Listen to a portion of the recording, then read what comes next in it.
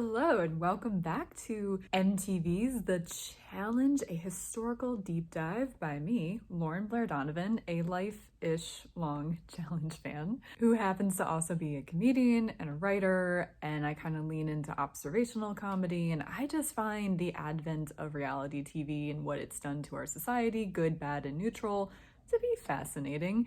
And as a life-ish long challenge fan, I was like, let's do a deep dive with these old seasons because that's the genesis of everything, and it's kind of a trip.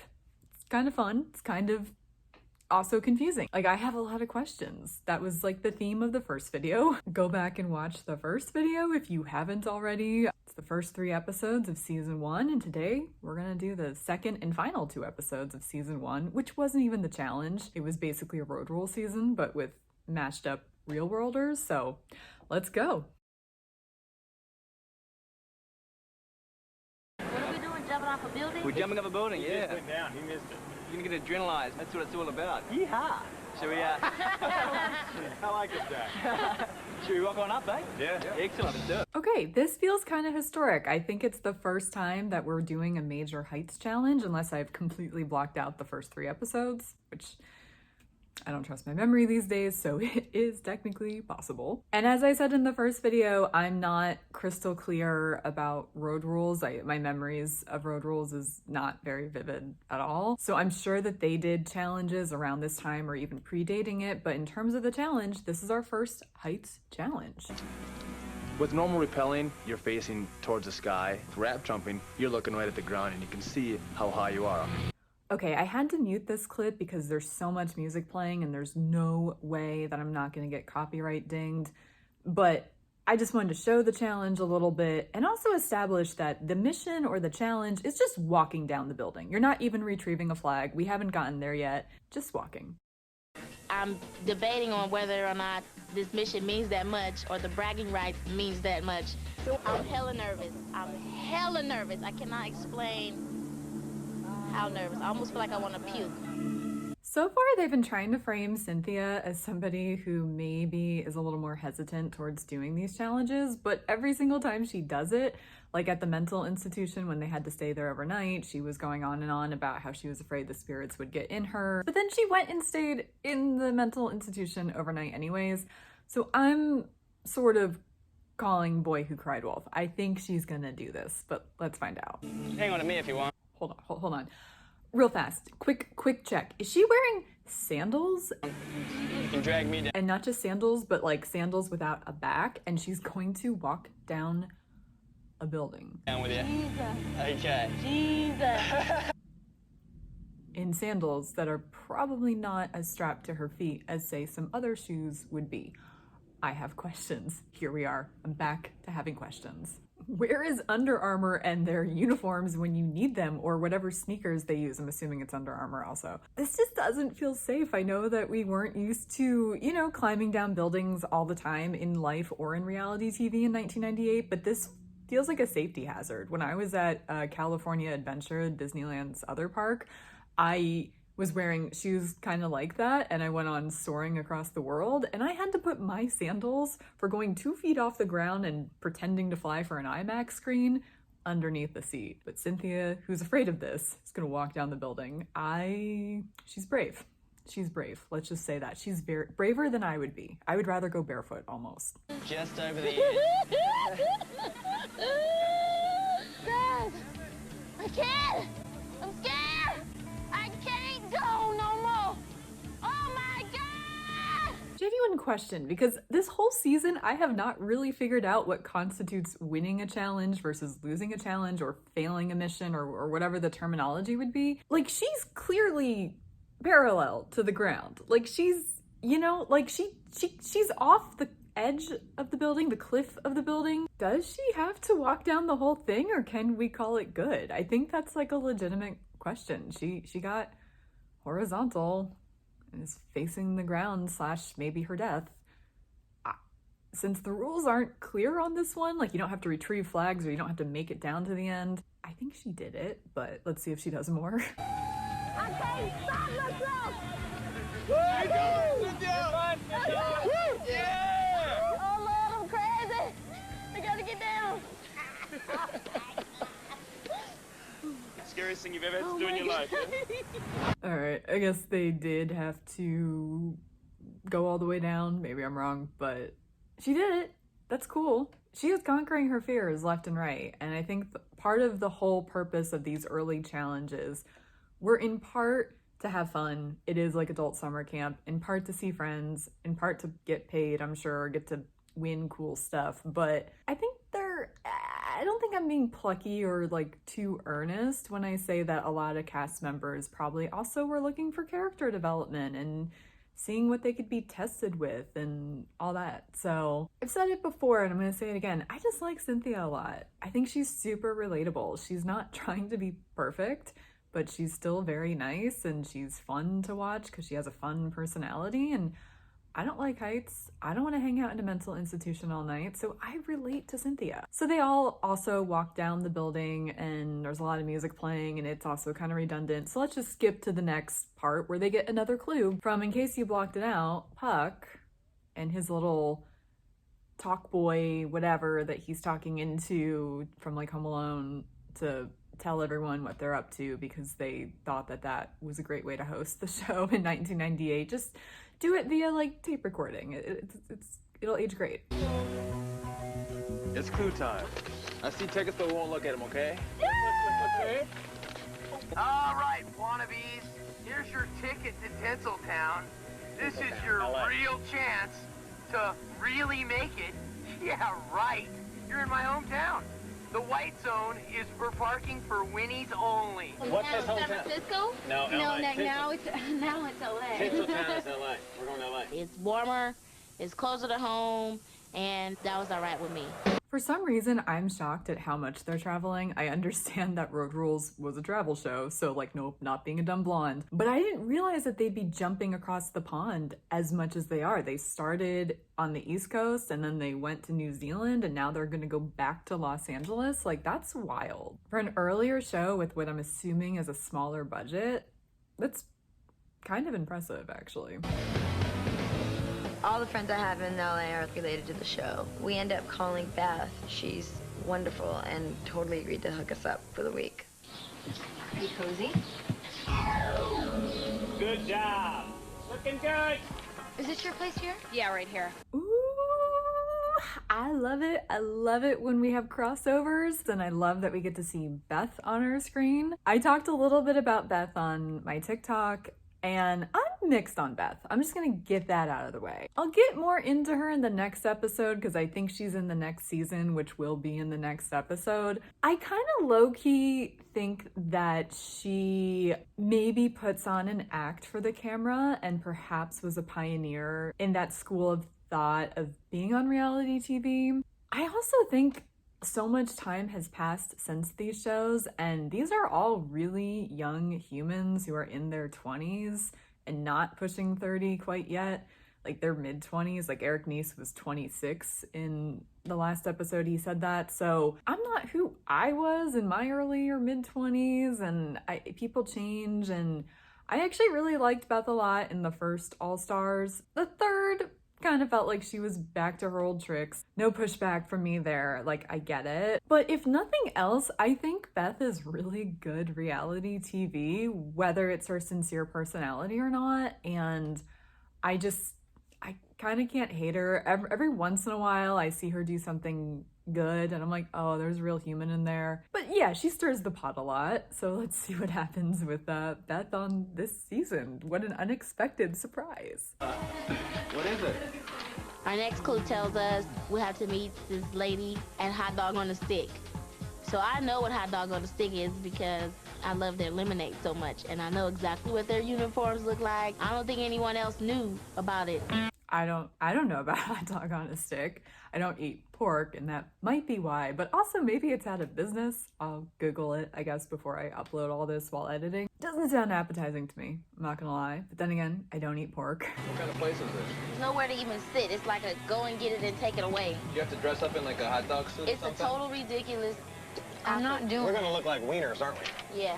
I'm not pushing food using my body. Come on. Listen. You've looked ridiculous for 3 weeks. You might as well look ridiculous today. Hi, nice to meet you. I heard you guys are the on cast. Yeah. We've got some work for you. Good. Shift starts now. It goes until 7. We're going to show you how to prepare and sell our hot dogs on a stick. First thing we need to do is get you in some uniforms, though. Really? So let's go. Let's get started. You're gonna have a really good time. Okay, there's some ska music playing, so I have to mute it. And also, I forgot what a stranglehold ska had on us in the late 90s. This has been happening almost in every episode, but this is them just getting dressed and starting to work at, hot dog on a stick. And these are their quote-unquote crazy uniforms that I actually don't think are that crazy. Also, I didn't realize you made hot dogs like you would churn butter, but okay. I'm not doing this. No. This is like a fashion crime, okay? First of all. Second of all, like I said, there's just no dignity in it. And I won't wear this hat and I won't wear this uniform. And this is cheap polyester. I can't. Okay, Rachel, I'm not saying that's my first choice of outfit. I wouldn't wear it for funsies, but in terms of like uniforms that you might have to wear at a restaurant establishment, I don't think it's that bad. Like the hats are a little much. You got me there, but I don't know. I like some good retro vertical stripes. I'm not mad at that. Again, I don't want to wear it, but I wouldn't put up a fight either. What do you guys think in the comments though? Is she in the right because you wouldn't be caught dead in that either? Or are you kind of more on my side where it's like, that's fine. Someone needs to go get Rachel. We need some help in here. All right. You're embarrassed to do this? A little to wear this. It's cheap polyester. These. Do you think it's like not cool or something? I'm looking at you and you're asking me if it's not cool to wear this. If that was a Versace hot dog suit or Armani hot dog suit, she would have been chilling. I'm gonna put our financial needs here in Los Angeles ahead of my fashion problems with this mission. I am so curious about what the time lapse was between her making her point that she does not like these outfits versus when she finally agreed to do it. Like, did she do this in the last hour of their mission? Did she do this in the first 10 minutes or whatever?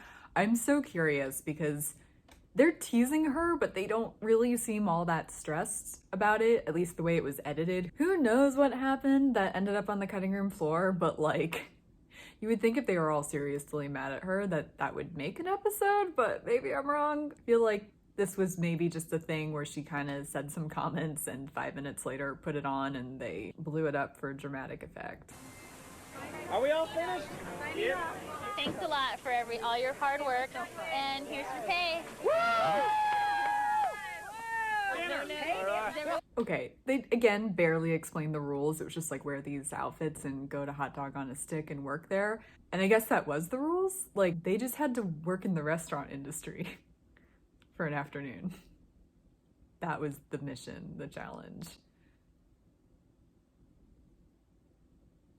I'd rather do that than do Heights Over Water, I'm not gonna lie. But it also doesn't make for riveting television to watch people from our TVs work at a restaurant.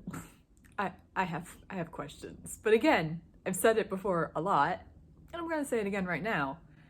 This is the genesis of the fifth sport. Hot dog on a stick, y'all. We've got a clue. I'm back. You know, a lot of people say the Puckster is wild and a little out of control, but deep down, I'm really an old-fashioned guy. And what could be more old-fashioned than a home-cooked meal? So let's turn up the gas and turn up the heat. Bon appetit, my little cherubs. Ha ha ha! That's not till tomorrow, right? 1 o'clock, be ready. Tomorrow, we got one free meal. Oh God, I hope Puck's not cooking. I can't even tell you how disgusting his cooking habits are. Okay, so in the first episode of this series, I said we'll get to Puck when we get to Puck because I could talk a lot about Puck, but I'm still, besides the whole like tape recordings, he's not that relevant this season. I just want to piggyback real fast on what Rachel said. If you don't remember San Fran, I don't really either, but I watched the first couple episodes in the pandemic and surprisingly I couldn't get into it, and a lot of it was Puck. He was so rude and obnoxious and was just gross. Like he would stick his dirty fingers in the peanut butter and all that jazz. So this is like, of all the things she's complained about, this is valid. If Puck's cooking, she's not wrong. She's in the right. Like, it's a fair complaint. Listen, she's my host. I'm not gonna interfere with her.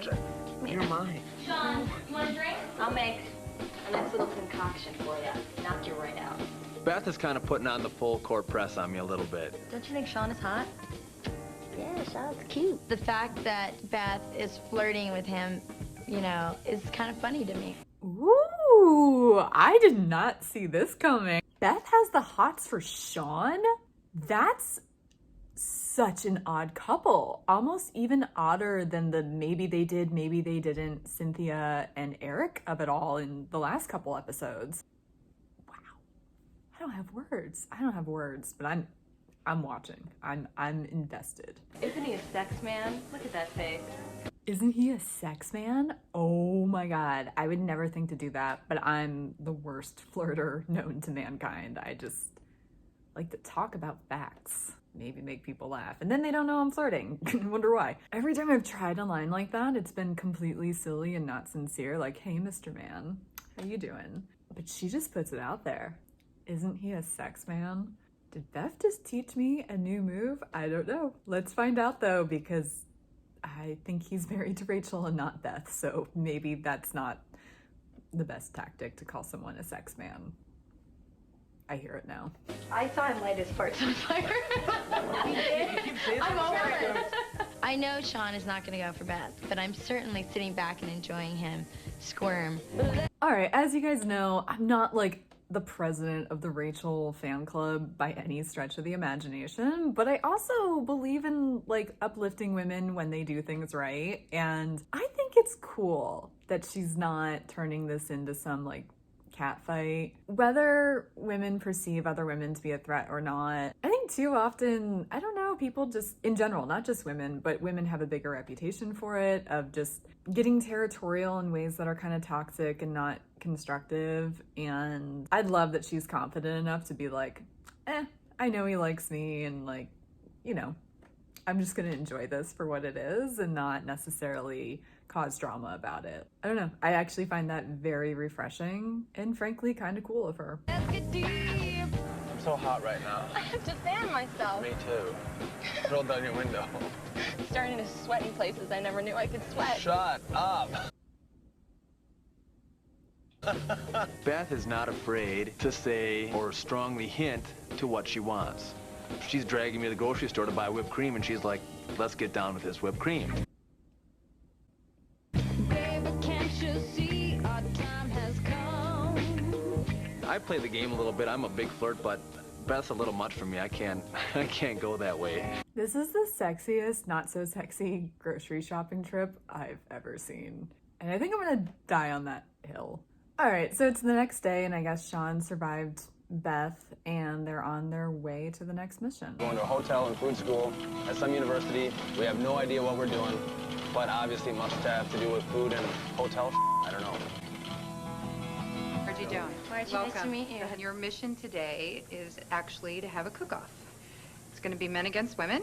Ugh, the 90s and gender wars and Tim the Toolman Taylor and Battle of the Sexes and everything else I've blocked out / don't remember because I was too young. I hate boys versus girls stuff. It is not interesting to me. It's passé, I think, at this stage. I think it should have been passé in the 90s. I don't like it. I don't like it. I mean, they're cooking, so it's not like they're like lifting cars or something that would require strength that some women would have. These two women would not, with all due respect. But like, ugh, tell me it's 1998 without telling me it's 1998. Just talk about gender wars. And we have provided you with some professional help. I will judge based on presentation and on taste. And last but not least, you'll be eating each other's food, and you'll be able to tell me what seasoning. So let me give you your caps and your aprons. You won't be working in the same area. Kitchens, huh? That way, well, So they won't be cheating. Yeah, it's like a that's right. surprise. And that stiffens the competition.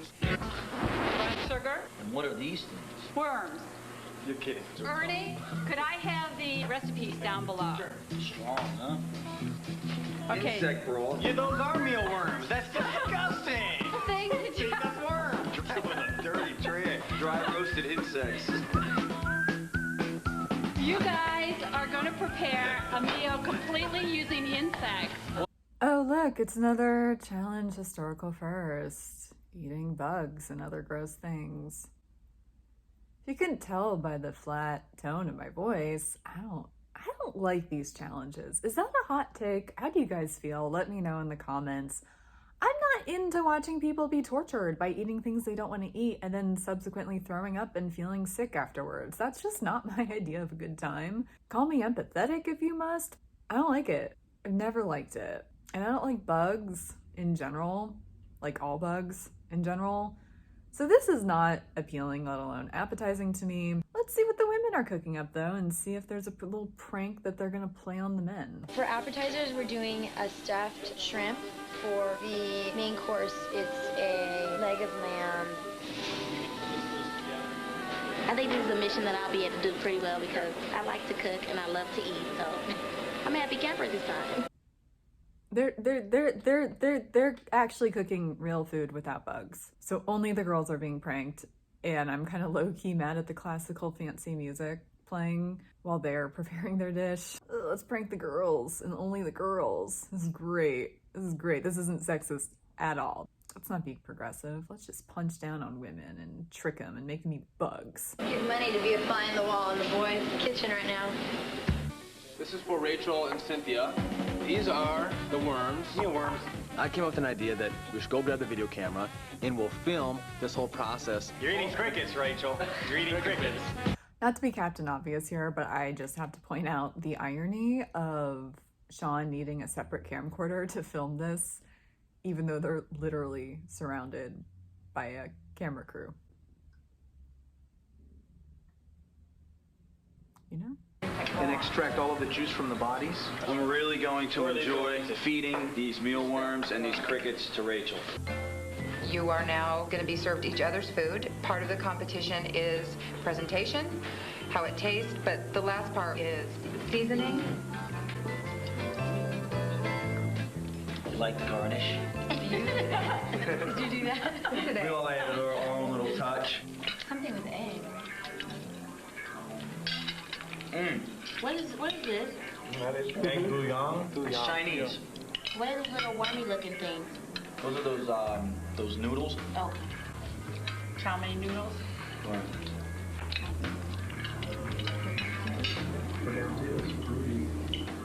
This is good.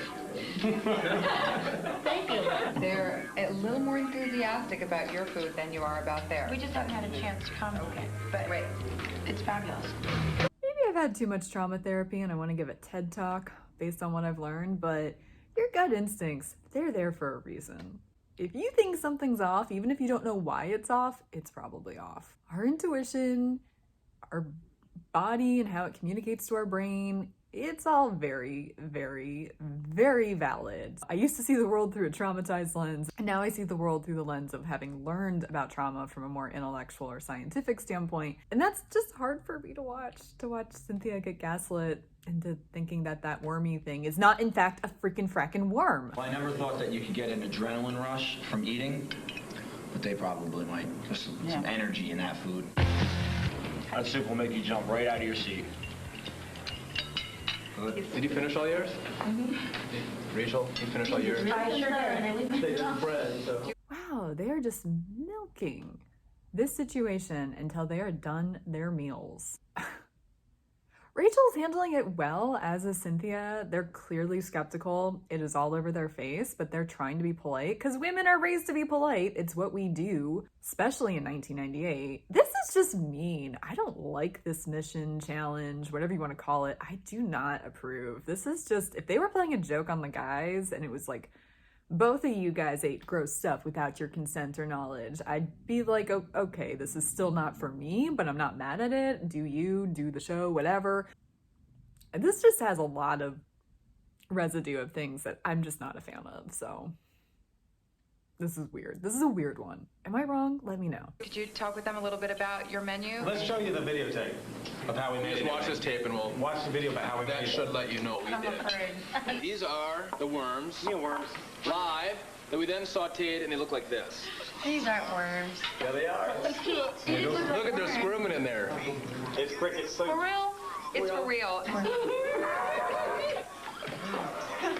I'm not a chef. I'm really an entomologist. Entomologist. Mealworm casserole. I think the odds of Cynthia throwing up in the sink would have been less if she ate a dish prepared by Puck. Once again, I relate to Cynthia, and you know what's odd? I don't want to eat a dish prepared by Puck for all the reasons I said earlier, but it may have been less gross. Maybe she wouldn't have been throwing up, but maybe it would have been. I don't know. This is a jump ball, guys. What cultures have you examined that are eating insects? Oh, African, Asian, Australian. All right, again, Rachel's not my favorite, but I'm going to give her some more credit where credit's due. She's handling this with a lot of grace, and she's showing interest in what this person does for a living, which is more than what Eric did at the insane asylum. Wow, it kind of almost pains me because I just assumed I'd hate her through and through this season. Not hate, I don't hate anyone, but you know what I mean. We're being dramatic. We're on YouTube. This is a hot take. Ugh. But no, Rachel, despite that I don't agree with her viewpoints, she's not classy sometimes. So part of doing these deep dives is humanizing people, even people we disagree with. So good for her, genuinely. I feel like someone should have told us what the that was, and I am pissed, okay? I am pissed off. At this point, I'm just like, I'm going home, I'm out of here. I didn't want nobody to explain nothing to me. Get that out of my face, for real. Even though I appreciate how classy Rachel's being, I am not mad at Cynthia either, and I still find her super relatable. I'm a big fan of consent, and usually people only look at that through the framework of sexual consent. But I think there's a lot of things in life that sometimes happen to us that we did not consent to, and I think food is a big one for me. For context, I have some issues with food, which I've learned in recent years is probably a neurodivergent trait, which not everyone with issues with food is neurodivergent, but I kind of have to know what's in it, and I have some food fears, and I have some just issues around food. But yeah, I don't like surprise food. It's not my thing. Also, in these days, everyone's allergic to things, so this just feels potentially dangerous. I don't know what people's bug allergies are, or if that's even a thing, if you could eat a mealworm and have an allergic reaction. I'm sure someone does.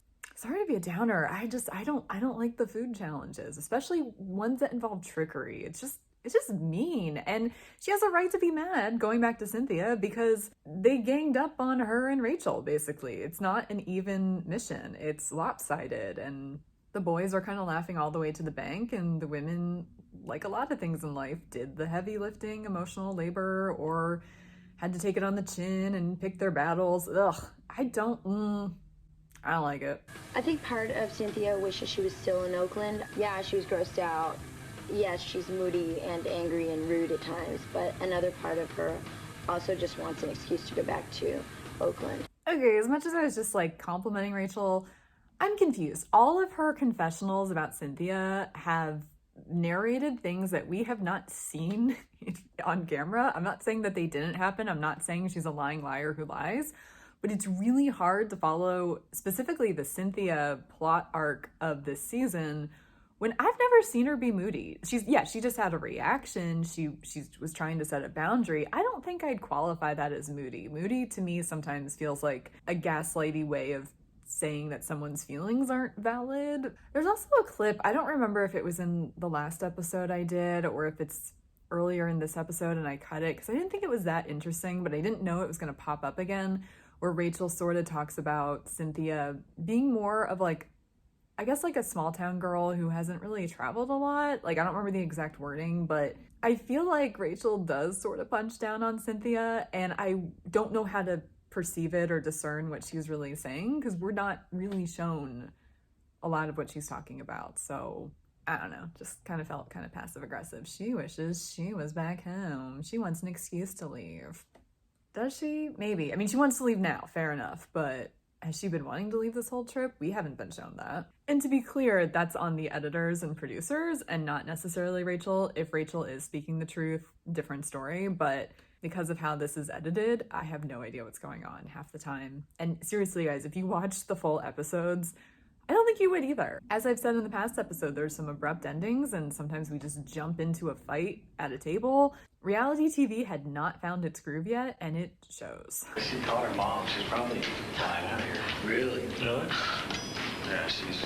You never know, man. Some people react differently to those things than others. It goes a lot deeper than the meal. So this actually ended on a cliffhanger. The last clip that I had from my drive that I can get these from had basically what I showed you, them being like, oh, I think she's going, and then it's over with. So it's cool they had a cliffhanger. It's a good cliffhanger. There's only one episode left. Is Cynthia gonna leave? That's not a cliffhanger. But here we are in episode 2 already. Time flies. Rachel and I are under the covers, and we're laying together. Yeah, nothing's going on. We're just sleeping together. I fall asleep. It's like, did I get that night? Nothing. Every time Sean says something kind of cute or seems like a human, he goes ahead and ruins it by saying something that could only be filed under the whole boys will be boys, and I don't really like that expression very much. I don't like it. I don't like that expression. I don't like the actions that embody that. Not a fan. But also, they're keeping our tongues wagging because we don't know what happened with Cynthia yet. Is Cynthia still here? We just know that Sean and Rachel fell asleep together at Beth's house, even though Beth seemed to be pretty hot for Sean. Like, they could have done more with that too. Is that plot line over? Like, I want to see more of that. I'm not gonna lie. But I'm also very curious if Cynthia's still here, so let's find out. I waited until the morning, and I was asked if I was gonna stay or not, and I just said that I'd stay. Cynthia makes rash decisions when she's pissed off. And after cooling down for a couple hours, it's like, okay, I'll stay. It's not that big of a deal. Again, we haven't seen Cynthia be that rash. She definitely has had hesitations, but I don't know if I'd qualify that as rash. I mean, reactions maybe, but to be a human is to have reactions, and I trust humans that let us know what they're thinking more than like swallowing it, because what you see is what you get. So I don't really get Sean and Rachel's kind of passive-aggressive digs at Cynthia in these confessionals. Maybe they have legs to stand on. I wasn't there, so I'm not claiming to be some expert on who Cynthia is and what she did during the time of taping this show. There's not a lot of receipts for what we've shown, in my opinion. Maybe you guys disagree. Maybe I'm blinded by my love of Cynthia. I'm not gonna pretend that's not an option. I don't know. I feel like I've called out people I like before, so I'm just confused by how this season's edited. That's all I'm saying. What's cooking with gas? Cooking with gas. Cooking with gas. Something with gas? You know what's fun with being an LA-based comedian? I know exactly what they're talking about. And without fast forwarding, I know that they are going to the Groundlings, where there is a show called Cooking with Gas. Yes, I am one of those masochistic comedians in Los Angeles who went to the Groundlings to have their spirits be crushed so they could be built up in their own making.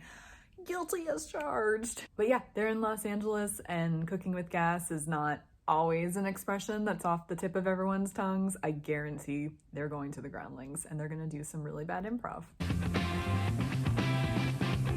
Ooh, and the Groundlings on Melrose. Tell me I'm right. Tell me I'm right. Tell me I'm right. Tell me I'm right. I need a win. I need a win. I need a win. Should be coming up. The Groundlings.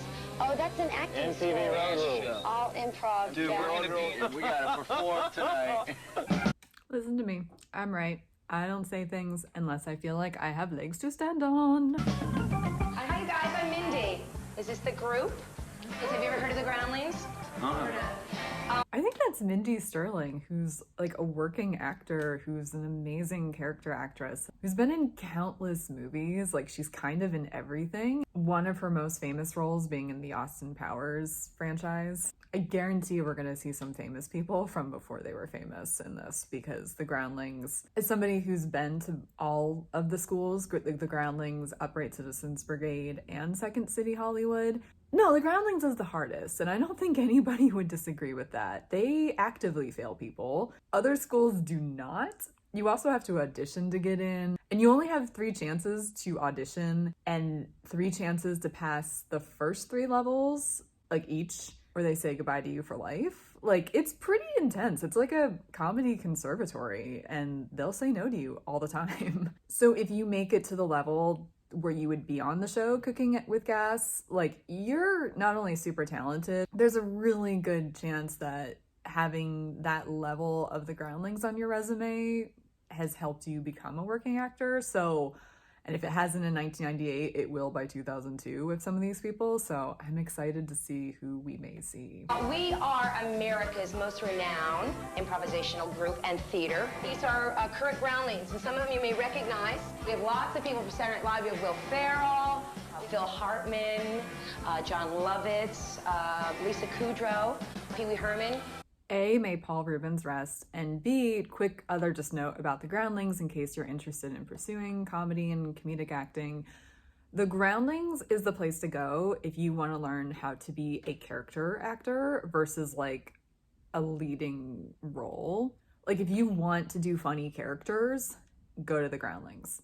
Nobody does it better, I guarantee that. I mean, think about that roster: Phil Hartman, Pee Wee Herman, Will Ferrell. They all can do crazy characters and make them lovable and believable in their sleep. And since then, some Groundlings alumni include, but are not limited to, oh my goodness, Melissa McCarthy, Kristen Wiig, Chris Kattan, and I think Sherry O'Terry. I know there's another big one or two that I'm forgetting, but the list is pretty endless, and it's only grown since 1998.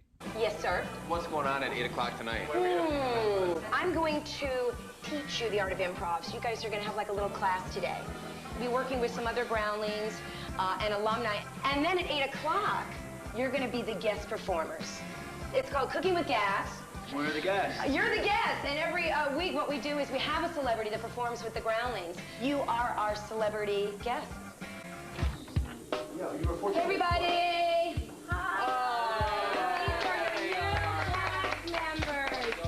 So come on in. It takes most of the students, you know, years, at least like 3 to 4 years to maybe even get to perform up here, and you guys are going to do it within a 4-hour period. So I hope this is interesting to you guys, but it's fascinating watching a reality TV show that I actually have intimate knowledge of, or at least upon a rewatch, because I didn't know most of this back in the day. The Groundlings takes a while because, as I alluded to, they love to fail people. They love it. They love it. They love it. They love it. If you're wondering about my credentials, I auditioned and got in on the first try. I technically passed the first level on the first try. I did, unfortunately, have to drop out before I did that because my mom was dying. So my first attempt didn't count as a pass or a fail, and I only made it to 3.5 classes before that happened. I literally was en route to the Groundlings when I found out my mom was going back into the hospital. So no wonder I'm such a chatterbox about the Groundlings. It kind of actually is like a weird, sort of sad part of my history in LA, even though it's been a positive experience too. It's very confusing. I still went to class like a psychopath, but I did leave for at least half of it to make phone calls and find out what was happening and figure out if I'm going back to the East Coast and all that fun stuff that comes with losing a parent. And to be clear, it was not clear when I was driving there that she was gonna die. I just knew that it could go a lot of different ways and there was a chance this would not be good. Okay, let's leave Bummertown. When I did go back, I passed on the first try, and then I went to intermediate, which is the second level, and boy, did I fail. And that's another story for another time, because I think I should have failed, but the way I failed was not productive, and there is a differentiation for sure. That happened in August of 2019, and my plan was to take a little break, kind of get my head screwed on tight, and go back in, the spring of 2020, and as they say, best laid plans, that was not gonna happen. Doing improv on the internet, like on Zoom, sounded like a literal fever dream of a nightmare hellscape, so I didn't do that. And I largely have not returned to live comedy since the pandemic, and I don't think I want to for various reasons. And I've always said I'd go back to the Groundlings because I do think it's like such an amazing place to really fine-tune your comedic voice, both as a writer and as a performer, and I think it has so much value, even though it kind of hurts so good sometimes. I really did want to make it through all the levels, but I don't think that's my journey right now. But to speak to what Mindy's speaking to, stories like mine are actually kind of dime a dozen. A lot of people specifically fail at the intermediate level because that's when they kind of give you all the tools and you have to be perfect at it before advancing to the advanced level. Like, I felt so good because my birthday was like a month after I got failed, and I'm not going to drop a name, but like you might know him from TikTok, like one of the best comedic actors I've ever met in my life, told me at my birthday that he failed intermediate twice or something. So I was like, oh, if he did this, then I'm in great company. But that's the Groundlings like way. I'm not just being defensive or like trying to justify my experiences. Like, I know maybe 2 or 3 people that made it to advanced without failing. Like, it's not a common experience. Like, it happens, but it often doesn't. From there, you go to Writer's Lab, which usually you can kind of get right in. But then if you pass that, which you only have one chance to do, you are on a wait list for like a year or two, if not more, until you go to the second level of Writer's Lab.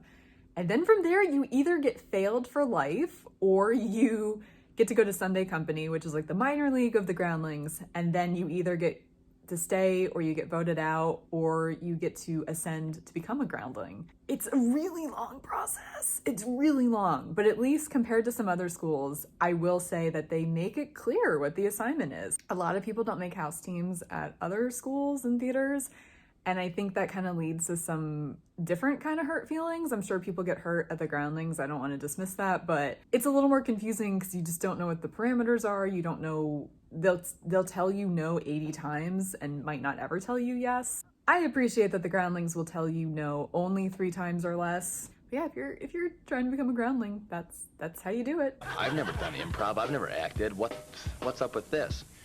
I'm lost right now. We're gonna warm you up and we'll do some very simple stuff. What we're gonna do is we're gonna do a story. So what I'm gonna do is I'm gonna point to you individually.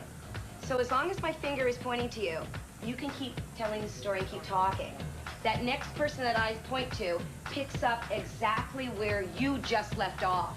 Oh, I find this exercise so boring. I just had to make that known. I don't, this is a boring one for me. While he was at the store, he bumped into this beautiful woman who had 11 fingers, which slightly grossed him out. So he decided to... Oh my God, John would be kicked out of the Groundlings for laughing. You have to keep a straight face with all the nonsense that you're doing. That's another fun factoid. They were severely... But that, in fact, was not... severely... damaged and burned and scorched by the fire. What you want to do is you want to find something good about it or something that you can throw in to add on to the story. The tools and said, hey, I can fix your problem of the 11 fingers and I'll chop. I told you we'd see some fun faces. Isn't that Cheryl Hines? Was she famous in 1998 or did that come later? I genuinely don't know when she kind of popped into like most people's frame of reference, but she's delightful. Oh my God. I will pop a cat in your ass. Not to be the Groundlings police again, but Cynthia's gonna fail. She's gonna fail. They take space work, which is like holding props that don't exist, very seriously. And you can't go like this when it's a gun. Even at the other schools that are not as big with space work, they still sometimes say make it believable. So like, don't do a phone like this, do it like this, like how you'd hold it. Or if you were like holding a gun, you'd be kind of more like this, like you're supposed to look like you're actually holding a gun. And it's kind of an automatic fail if you cannot do space work that looks real. Don't you care about my sexual needs? I need some booty. I swear to goodness, I haven't been running the math, but I'm pretty sure that 80% or more of the time that Sean has been on screen, he has been talking about boobies, booty, boners, and other very related things. He is a horn dog. Oh my God. Because you often improvise things off the top of your head. He's telling on himself. That's all I'm saying. I've got 5:30 and I think you're more than ready. I think it's going to be so much fun. I'm nervous about this whole deal. I'm scared to death right now of what may happen. I'm freaking out right now. As it gets closer, I'm getting really nervous. I'm getting quite frightened, actually. Compare this to jumping off or walking down the side of a building. This is probably more difficult. This is nuts. It's so wild to me because while I don't want to do live comedy anymore, I could do that in my sleep. I would never walk off a building, ever. Welcome to Cooking with Gas. The Groundlings is very proud to present tonight. Our guest is the Road Rulers from MTV. Yeah! The Road Rulers from MTV? I am confused. I know it's a Road Rules season, kind of, sort of, technically, but I feel like in the 90s, The Real World and Road Rules were a huge deal. It was like a water cooler moments, and it really defined a generation. There's no way that the people in this audience don't watch the show. I would say probably maybe even a majority. And they're gonna think it's the new Road Rules like cast, and then they're gonna see Cynthia from Miami and Sean from Boston, and they're gonna be like they're on Road Rules now? Like, what's going on? That probably could have been worded better is all I'm saying, but maybe she wasn't given all the information. I'm not trying to hate. It's just, I couldn't help but clock that and be like, that must have been both confusing and then mind-blowing to see 5 real worlders who the audience probably already knew perform there. That's actually kind of cool. What a fun surprise. To welcome out the improvisational actors.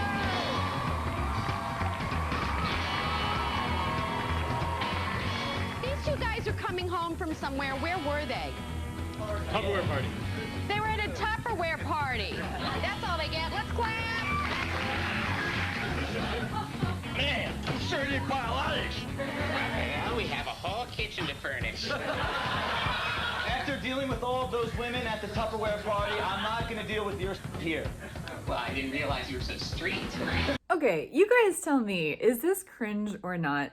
Like, with how it's reading to you? For me, I kind of have a biased take because improv is not only a team sport, but it's kind of an audience sport. Like, the tension from the audience of them knowing that they don't know what you're about to say because you don't know what you're about to say is kind of what makes the comedy heightened. Like, it can already be funny, but you have to kind of be there to feel the stakes, I guess, and that makes the laughs more rewarding for, I think, both the audience and the improvisers. And if you go and Google like Amy Poehler and Tina Fey doing improv, it probably isn't the laughs a million that you would think it would be, because it does get a little lost in translation when it's on video and you're not there. It is a literal, you had to be there art form. So I kind of feel a little bad for not just the real world road rulers, but also the improvisers here, because it's a tall order to have this be filmed and be on national television. Like, that's actually pretty stressful. All right, give me a bad pickup line. God did a good job on you. Oh, I love that. Woo! God did a good job on you. Thank you, but I'm an atheist. Oh my god, I love that they did the religious thing with John of all people, and that woman said that she's an atheist. Like, it's a pretty quick response that I think is kind of funny, especially given the context. Maybe she knew John was religious because, as I said, people watched these shows back then for sure, and this would have been the demographic, but I don't know, maybe not. Maybe that was a fun little coinky dink. So where did you grow up? Well, I'm Swedish and I have a Swedish accent.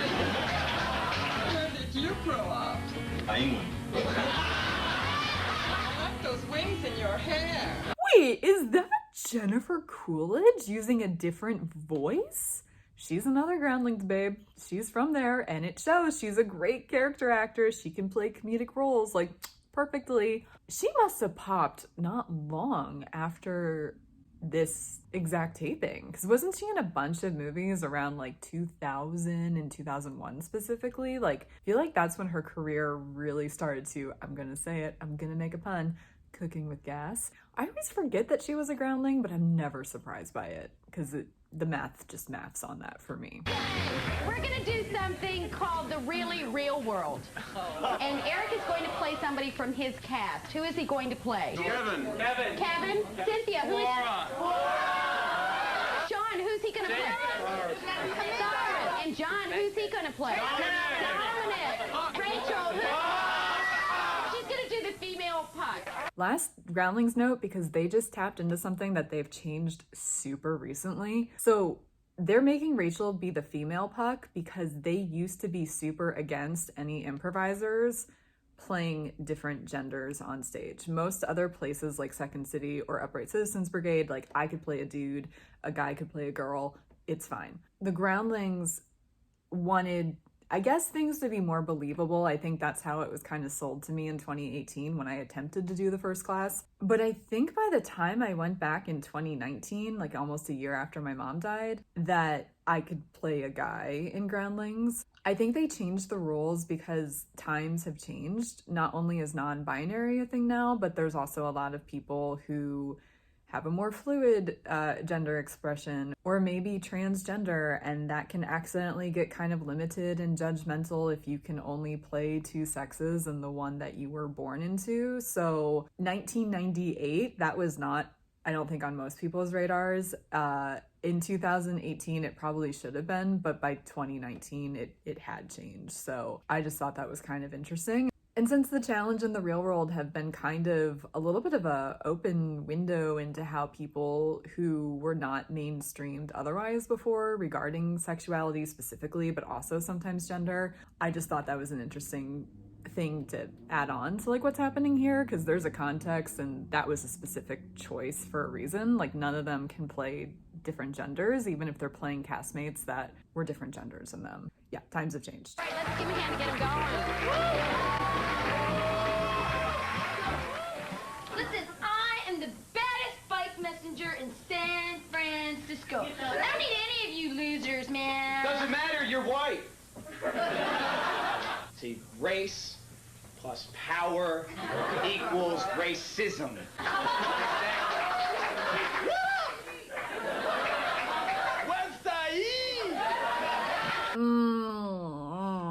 I don't like it. I don't like it. I don't like it. I don't like it. I don't like it. I don't like it. I had a Groundlings teacher who was, in his own words, a gay black man.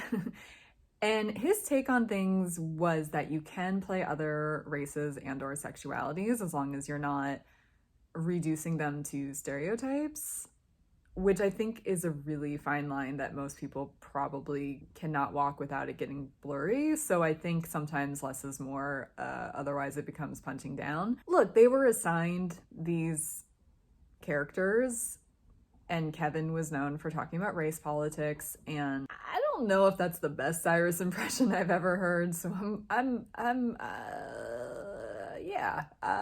know what to do with that. White people playing black people, though, probably should not have been out of all the castmates that they had. I don't know. This just makes me kind of uncomfortable. Like, I don't think the intent was bad, hence I'm not, like, outraged. And again, they're playing the assignment that they were given, but I think especially under like that kind of pressure, I don't think this was a good idea is what I'm trying to say. I don't think we're going to keep watching and we're going to see people maybe not be as egregiously low-key, possibly racist or whatever the right phrase would be, but I think it's still a little weird to be portraying real people that you're like friends with for comedic purposes. Like that's really awkward. I'm not like offended, but I'm not liking it.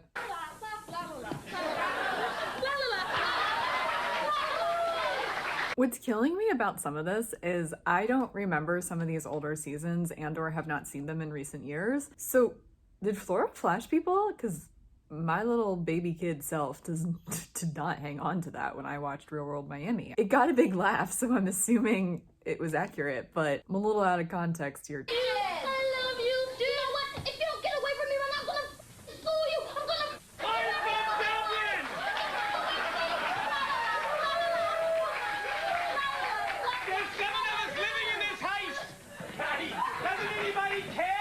Yeah, I have no idea who Dominic is. I don't even think maybe I'm wrong, but I don't think he even went on the Los Angeles homecoming, because I think they had like 9 cast members because it was kind of a revolving door and they got 7, so they didn't have to have everybody because the rule is you have to have 7. I don't think there was an Irish guy on homecoming, but someone correct me if I'm wrong, because I could be, because I only saw homecoming like in the pandemic or whatever, and I don't think I've seen it since. So at least he's not playing David. Thank goodness. Oh my God. I'm very happy for them that they completed the mission, but what would have constitute failing? Again, I'm not super clear on what the rules of the show even are. Like, if they didn't get laughs, would they fail? If one of them didn't do it, would they fail? Like, I have questions, as always. We've got a clue. Oh,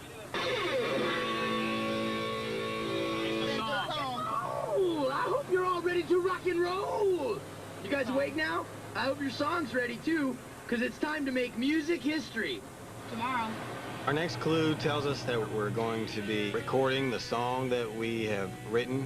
Larry. Larry Robinson, the Rachel. producer. How are you, Rachel?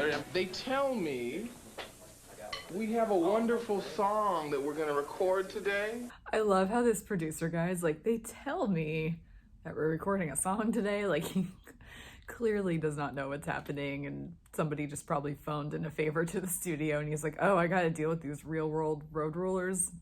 Okay, here we go. Let's find out what's happening. Okay, great. All right, why don't you guys come over here and just kind of do it for me. This is a true story 5, real world has been. Okay, country music is not my jam, but like, and not only because I don't necessarily like it, but I have not been exposed to a ton of it, to be totally fair. However, how did John Brennan not blow up and become a huge country superstar? Like, I don't get it. His voice sounds like a country voice. He's clearly talented. He can play guitar, like, and well. Missed opportunity, 90s music industry. Like, what the, like, how did this, I get it. Not everyone who's talented makes it. I know that, but it makes me kind of sad for him because he's got the sound. He should have been a recording artist. Like, Picked to go on a vacation adventure. Win a handsome reward. I thought Eric wasn't doing it. Why is Eric doing this now? Remember, he pulled a whole diva, like, oh, I gotta get a piece of the pie and copyright, so I'm not gonna be a part of it because I'm a recording artist now, which I still have questions about. I did not get stoned as promised and watch his music videos. I need to do that. I really need to do that.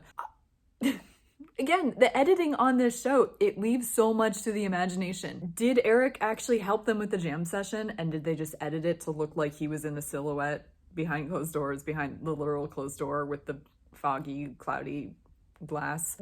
Did they have a heart-to-heart with him somewhere between New Zealand and Los Angeles? It's like, you got to be a part of this. Did he just change his mind because he didn't like being left out? Like, like, there's no explanation as to why Eric is now a part of this, is what I'm trying to say.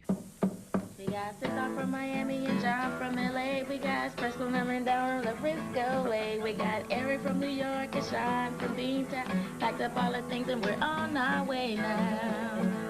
Win a handsome reward.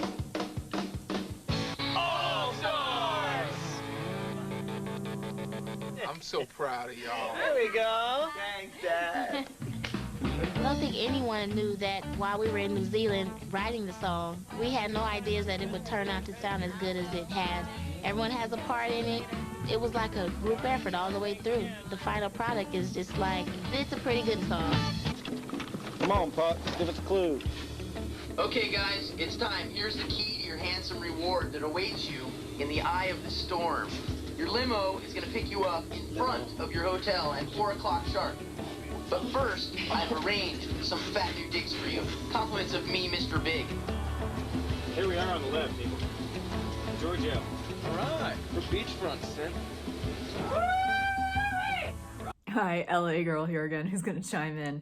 I've been there before, not to stay overnight, but to their restaurant, which was actually quite good, and it's fun. It's a fun building. It's bright blue and right on the ocean, basically, so. Come on. To a good reward. May it be handsome. Typhoon. That's where I'm going, the eye of the storm. It's all coming together. What was your favorite mission? Probably hot dog and a stick. What was our... These are compliments from Mr. Big. Is he here? Nope, he's not here. He's not here, huh? No. He flies in and out like a man in black. This is so fancy and bougie compared to like climbing up a mountain after like a day of like hard sweat, blood, and tears, and like just, you know, like almost and looking like you need a shower because you probably do. And then TJ is like, you won, and here's a big check. They're all dressed up. They're going in a limousine to dinner. Like, wow, it was just so easy in the early days. Like, they had it so good. Okay, I gotta mute this because they're playing Beastie Boys' Sabotage, which is a pretty good choice. But, uh-oh, they have somebody who's mysterious coming. I wonder who it could be. Yes! Stopper? That Puck? That is fun. Oh my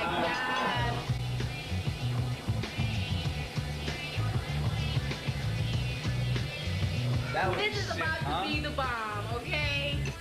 Where did they have him chopper in from? Like, where doesn't he live in LA now? I thought that was established. Like, what? They really, I get it, they're at an airport, but like, day and age of carbon footprints and stuff, I'm just saying, different choices could have been made. He could have been there already. He could have bungee jumped in. I don't know.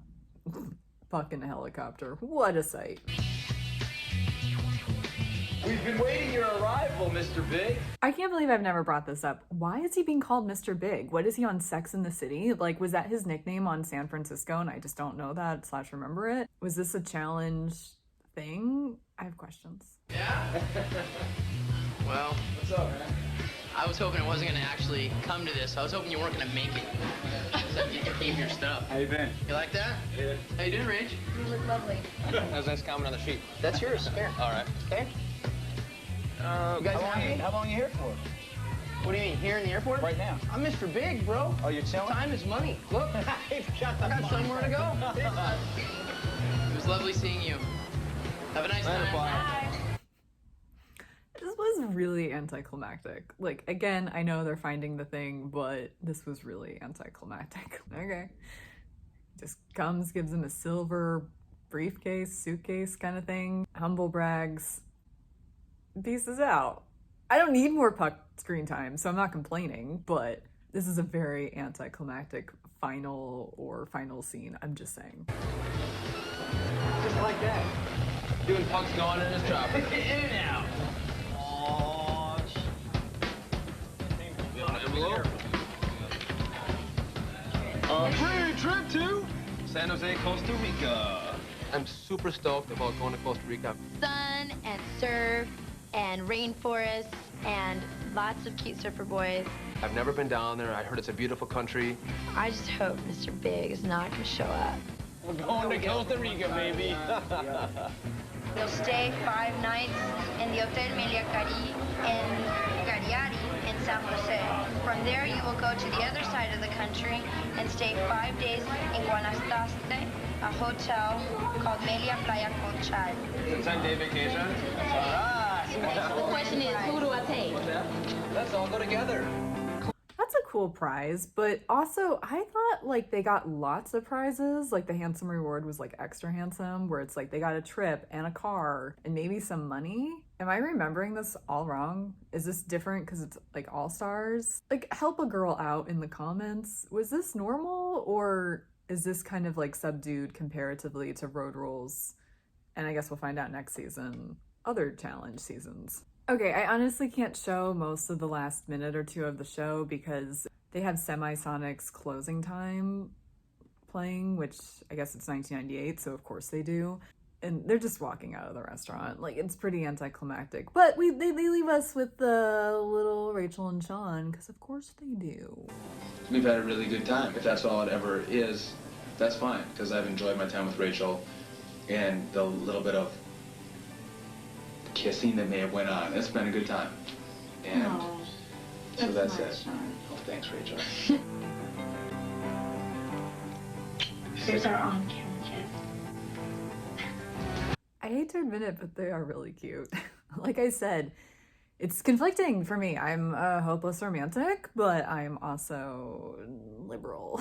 But I do think it's so fascinating that they kind of ended the show with this, other than they're all getting back into the limo, and I don't think they knew that they were gonna last, you know? I just think it's so funny, though, that they're, you know, being tempered, I guess would be a good word, where they're like, oh, it was fun. If this is all it is, it's great. We're like cut to 25 years later. They're married and have 1,000 kids, and all because they met on a reality TV show. Like, I'm never not going to be tickled by the fact that a U.S. congressman met his wife on a reality TV show.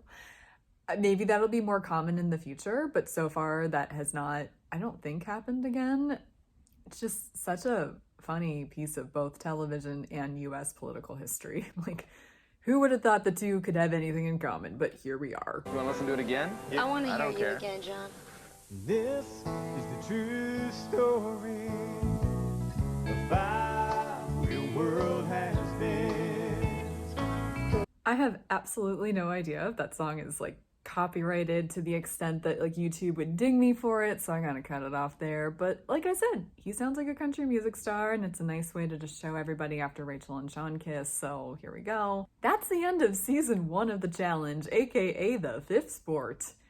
They did improv, they cooked bugs, technically ate bugs too. It's an entirely different show. I knew it would be different, but I had no idea it would be so different. Like I said in the first video, had no idea it was a Road Rules season. All right, what thoughts and takeaways can we wrap this all up with? I think I stand by my B- rating that I gave it in my first video. It's not fun. It's not charming or nostalgic. And in 1998, it probably would have been like an A-, if not an A+. But considering how much more riveting the show objectively has gotten, it's a little bit of an interesting 2023 watch.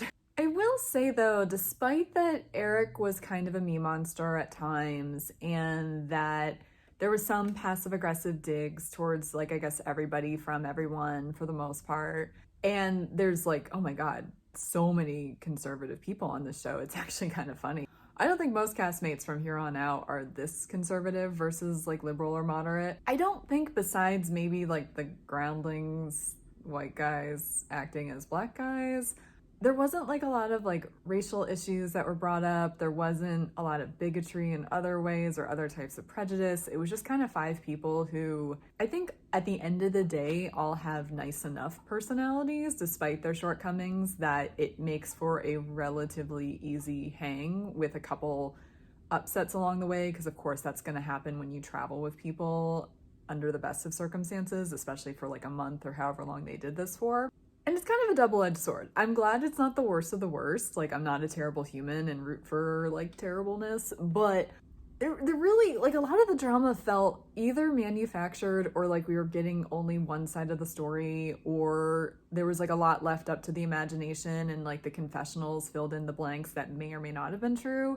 I don't think that was obvious in 1998 because we didn't know this medium backwards and forwards, but again in 2023 it's like, oh, this is kind of bad storytelling in all honesty, and it's kind of crude and just rudimentary and definitely not as polished, to say the least. This is fun, but I kind of feel like this would have been kind of a background show for me when I was doing other stuff if I watched it without the intent to like really get into it for a YouTube series. A lot of it just was kind of boring and actually kind of filler. I'm super curious to see what happens in season 2 because I know it's the first time that there's a competition. I think it's Real World versus Road Rules, if I'm not mistaken. And I know for a fact that Montana and Beth kind of get into it, which I think would be considered probably the first genuine feud of the series, because like Eric was kind of at odds with everyone, but I don't think it had the same effect that this Montana and Beth thing was. Like Montana and Beth continued to have problems every time they were on the same season, if my memory is working correctly. And who was it? I think it was Mark Long had a really big birthday. I think it was his 50th birthday some years back, like in recent years though, like post-pandemic. And there was like this kind of awkward video of like Beth trying to say hi to Montana. And I think Beth actually had good intentions and just wanted to say hi. And Montana was pretty nice if I'm remembering it correctly, but it was a little stiff, I think, their interaction. So that's like a 24, 25-year-old feud. And I think there's a lot that comes after this with other castmates. So I'm curious if season 2 is going to feel more like a challenge season in its DNA, or if that kind of comes later. Like, was this the first pancake? Are there several first pancakes until we perfect that perfect, rounded shape of the challenge, if you will? I was sort of surprised that the second 2, the penultimate and the final episode, were a little, like, there was just kind of less for me to comment on, which is probably why I spoke about the Groundlings so much. Like, they're being silly, but not in a way that I can necessarily enhance, and there was a lot of filler and just repeated information that may or may not have been substantiated, so I kind of felt like a broken record at times. I'm cool with the fact that there's only 5 episodes. I think I went ahead and looked, and I'm pretty sure that there's only 6 episodes, so 1 extra. I'll probably do 2 episodes per video. 3 was a little ambitious and a little long, and I'm finding the thing myself. Is this a deep dive where I skirt around most of what happens and just talk about the meaty stuff?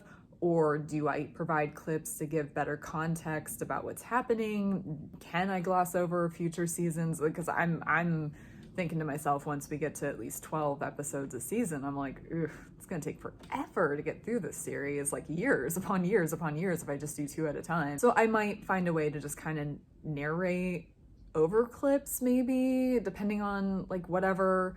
So yes, as much as I've like called out like, oh, they're finding the thing, as I said in the first video, like, I get it. Sometimes you have to do the thing to find what the thing is, so bear with me while I do it myself. But yeah, I'm excited for some more action. I'm excited for some more, you know, competition with clear rules. I don't think that's too much to ask for. Hopefully they've figured that out in season 2. And I look forward to seeing you guys next week. Please subscribe so you don't miss it. Come on this challenge historical deep dive with me. I initially thought I'd do like superlatives or something by the end, but I don't think I want to do that. I don't like, I think I said it best where they're all like likable in their own ways, but they're all flawed in their own ways. And like, yeah, Cynthia's probably my favorite. I like John a lot too, which still surprises me, but he didn't really give me any reasons to not like him in this season. And as much as I like to kind of, you know, have fun at Eric's expense because he makes it so easy to, he seems like an enjoyable person at times, and like he has his moments. I had to give Rachel credit where credit's due a few times. Like, yeah, at times she could be kind of passive aggressive or what have you, but I think she is, at least in 1998 at least, I don't know what's changed or not changed since then, but I mean, I have some idea, but not a ton. It seems like she was at least like well-rounded, maybe not a caricature. Sean, I think we actually saw the least from, which is weird because he kind of was on screen a lot, but they only showed him usually in a context of like going after Rachel and or saying like kind of lewd comments. Occasionally he was scared to do a challenge or something, or like fighting a little bit with Eric, but even that was more between Cynthia and Eric. Sean didn't get a lot of screen time, so it's kind of hard to like rank people. Like, I have nice enough things to say about all of them, some more than others, but I don't know. Again, we're finding the thing. We'll see what happens in season 2 and what kind of gets solidified and what I'm gonna adopt and what may change from here. I hope you guys enjoyed the first season of the challenge deep dive, because we're already done season 1. My God, time flies when you're having fun, / there's only 5 episodes to cover. But yes, please subscribe, comment below with any questions I had or anything that you saw that I missed, or just any of your thoughts and observations in general. I will leave where to find me on social media and all that. And thank you so much and have a great week. See you next week for season 2.